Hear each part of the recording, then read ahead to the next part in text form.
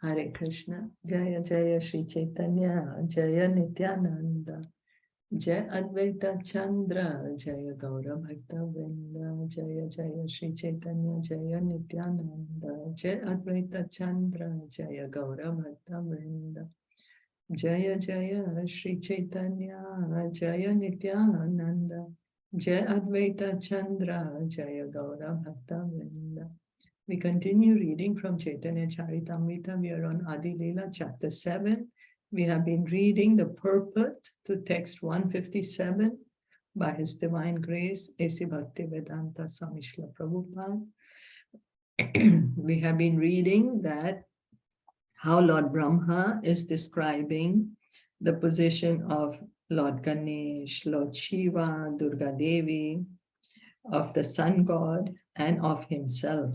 And he's saying, Govindam Adi Purusham Tam Aham Bhajami. That Lord Krishna, he is my seed-giving father. He is the original, primeval God. All the demigods are servants of Krishna. They are not equal with Krishna. Therefore, even if one goes to a temple of the Panchopasana, as mentioned above, one should not accept the deities as they are accepted by the impersonalists. All of them are to be accepted as personal demigods, but they all serve the order of the Supreme Personality of Godhead. So it's not that Lord Shiva and Lord Ganesh and Durga Devi and Sun God and Lord Brahma are all one. No, they are different individuals.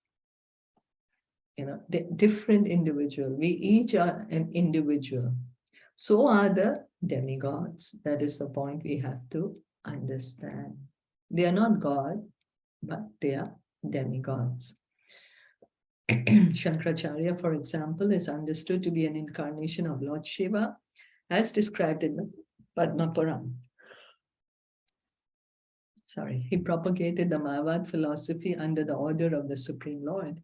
We have already discussed this point in text 114 of this chapter, Tanra Dosha Nahi Tenho Agya Karidas.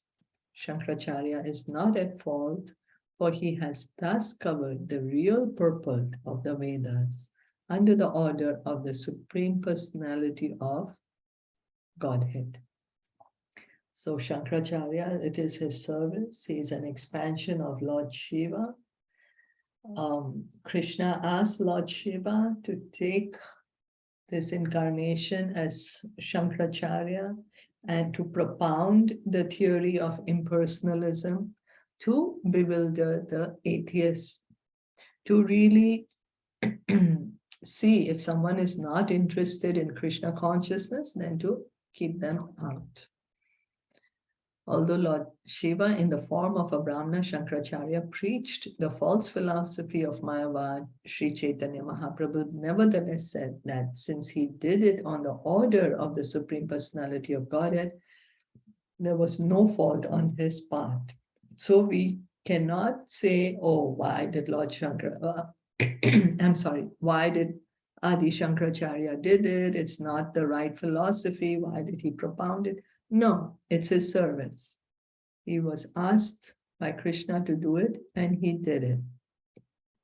We must offer proper respects to all the demigods. This is, we need to understand. As Neha correctly said yesterday, that yes, we need to offer them respect. They are highly qualified personalities. So we cannot disrespect them. They deserve our highest respect. If one can offer respects even to an ant, why not to the demigods? So this is how a devotee sees. A devotee sees every living entity as part and parcel of Krishna. And so a devotee respects everyone. He respects even an ant. It's not that the ant is not a living entity. No, even an ant is a living entity. The cow is a living entity. The pig or the chicken are all living entities. So the demigods are also living entities. One must always know, however, that no demigod is equal to or above the Supreme Lord. So Everyone is a living entity. We are all living entities, all equal. We are not all the same though. We are all individuals. In quality, yes, we are the same. Quality is the same, but we each are an individual. And we are not the Supreme Lord. We are not God. Only God is God. God is the supreme living entity. So no matter how powerful anyone is, Lord Brahma is the most powerful person in this universe. Yet, he's not equal to Krishna. He's not equal to God. Nor is he greater than Krishna or greater than God. No, only Krishna is God. Ekale Ishvara Krishna Ara Sabha Vritya. Only Krishna is the Supreme Personality of Godhead, and all others, including the demigods, such as Lord Shiva, Lord Brahma, Goddess Durga, and Ganesh, are his servants. Ekale Ishvara Krishna Ara Sabha Vritya. And how they are his servants? We read yesterday in Brahma Samhita. Brahma Samhita, Lord Brahma is saying, why does the sun god travel every day from east to the west? Why? Because his service to Krishna is the order of Krishna. Why does Lord Shiva take part in the destruction? Why? Because that's his service to Krishna. Why does Goddess Durga, why is she in creating, maintaining, and dissolution? She's Krishna's energy. So she's a servant of Krishna. So they're all servant. Lord Ganesha, he has been given the uh, benediction that he can remove the obstacles. On whose order is he doing this service? On the order of Krishna. Lord Brahma is the secondary creator. On whose order is he doing the secondary creation? On Krishna's order. So even such great demigods are also servants of Krishna. Everyone serves the purpose of the Supreme Godhead, and what to speak of such small and insignificant living entities as ourselves. So everyone is serving Krishna. We think we are great. We think I am a great, I'm so great, I'm a soul, so I'm really great. It's okay, we are the soul, yes, but we are not Krishna. Only Krishna is Krishna. And we have to follow his order. We have to, because Ekale Krishna, Ekale Ishvara Krishna Ara Sabha Vritya. That only Krishna is God, everyone else is his servant. So that everyone else also includes us. We are also included in that everyone else. Everyone else doesn't mean others and not me. No, I am also included in this. We are surely eternal servants of the Lord. The Mayavadi philosophy maintains that the demigods, the living entities, and the Supreme Personality of Godhead are all equal. It is therefore a most foolish representation, misrepresentation of Vedic knowledge.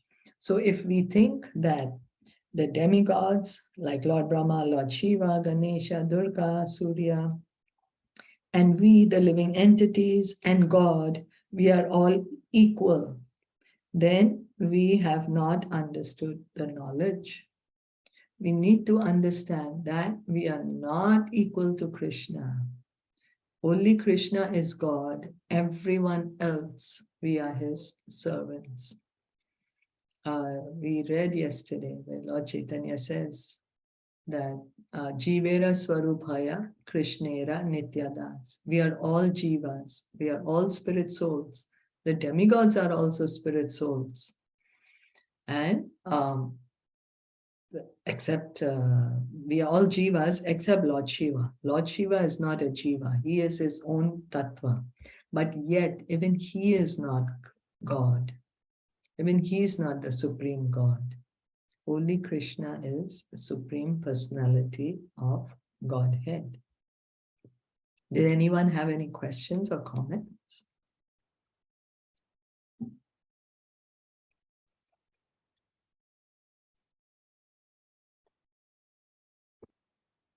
If no, then we continue. Read Snan Karite Yabe Yana Ganga Tire Tahani Sakala Loka Haya Mahabhide.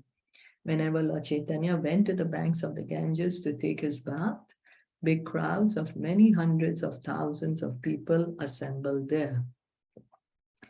Bahutuli Prabhu Bale Bala Hari Hari Hari Dwani Kare Loka Swarga Martya Bhari.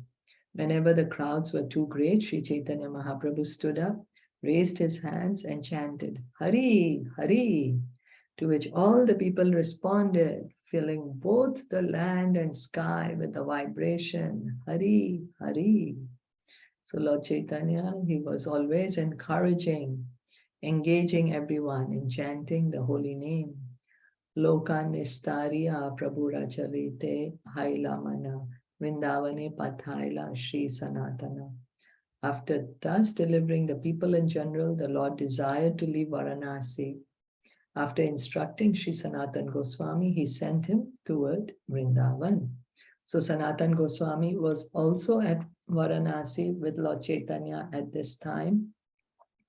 And Lord Chaitanya gave him a lot of valuable instructions and then asked him to go to Vrindavan. Lord Sanatan Goswami is one of the 6 Goswamis of Vrindavan. The actual purpose of Lord Chaitanya's stay at Varanasi after coming back from Vrindavan was to meet Sanatan Goswami and teach him. Sanatan Goswami met Sri Chaitanya Mahaprabhu after the Lord's return to Varanasi, where the Lord taught him for 2 months about the intricacies of Vaishnava philosophy and Vaishnava activities. So Sanatan Goswami, he got personal teachings from Lord Chaitanya. Personally, Lord Chaitanya is telling him that he's his spiritual master. He's personally instructing him. After completely instructing him, he sent to Vrindavan to execute his orders. When Sanatan Goswami went to Vrindavan, there were no temples. The city was lying vacant like an open field. So 500 years ago, Vrindavan was not the way we see it now. Or mostly all the sites were lost, Radhakund, Shamkunda. They were just become like tiny puddles in a rice field. The temples were lost, the deities were lost. And that's the reason Lord Chaitanya sent the Goswamis to Vrindavan to develop all these important sites where all the pastimes of Krishna took place. Sanatan Goswami sat down on the bank of the Jamuna, and after some time he gradually constructed the first temple. Then other temples were constructed, and now the city is full of temples, numbering about 5,000. So the temple that Sanatan Goswami first constructed was the Madan Mohan temple. The Madan Mohan deity is the Sambandha deity. Sanatan Goswami is called the Sambandha Acharya. Sambandha Gyan, to establish our relationship with Krishna. So the Acharya for that is Sanatan Goswami. The deity for that is Madan Mohan.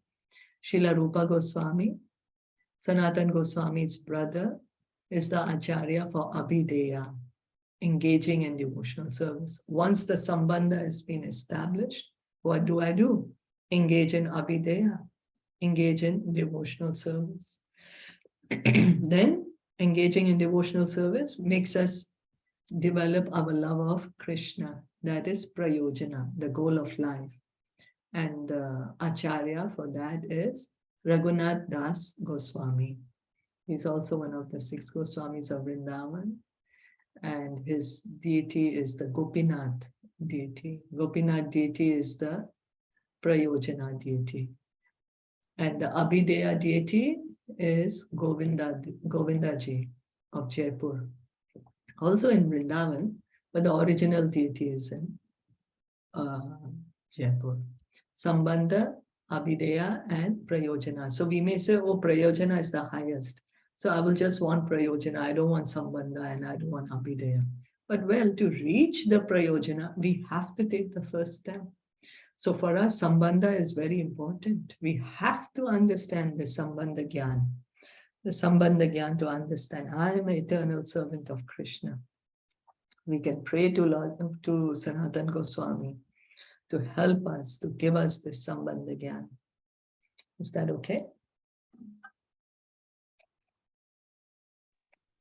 So every Goswami had a deity, right? Because there is a bhajan. What is a bhajan? When we do that, Jai Radha Madhav Radhe, then Jai Radha Madan Gopal. So then at the bottom there is written the name of the Goswami, whose deity is it? It's in the Vaishnav songbook. I'm not sure which bhajan you're saying. Okay. But well, Sanatan Goswami had his deity, and Rupa Goswami had his deity. Raghunath Das Goswami had, Gopal Bhatta Goswami had his deity Radha Jai Radha Ramanji. Krishna Geet. It is on page number 106 of the Okay. song of the Vaishnavacharyas. Okay. So when they say that it's Jai Radha Madhav Radhe, and all glories to Radha Madhav, the treasure of Jayadev Goswami's heart. So that means that they are the deity of this Goswami, right? Yeah. So Jayadev Goswami, I don't know if Jayadev Goswami was not one of the 6 Goswamis of Vrindavan, but he's the. But they are not. But they are about 14. So not only the Goswami, but I think they are also giving the acharyas, the major acharyas, right? All the major, including the 6 Goswamis, because there are 14 of them. Yeah, probably. I'm not familiar with this much. So yeah, probably, as you're saying. Yeah. So, okay, we'll stop here for today. Thank you so much for listening and joining in. Caitaniya Caritamta ki jai, Srila Prabhupada ki jai, Gaur Bhakta Vrinda ki jai. Hare Krishna, Hari Bol.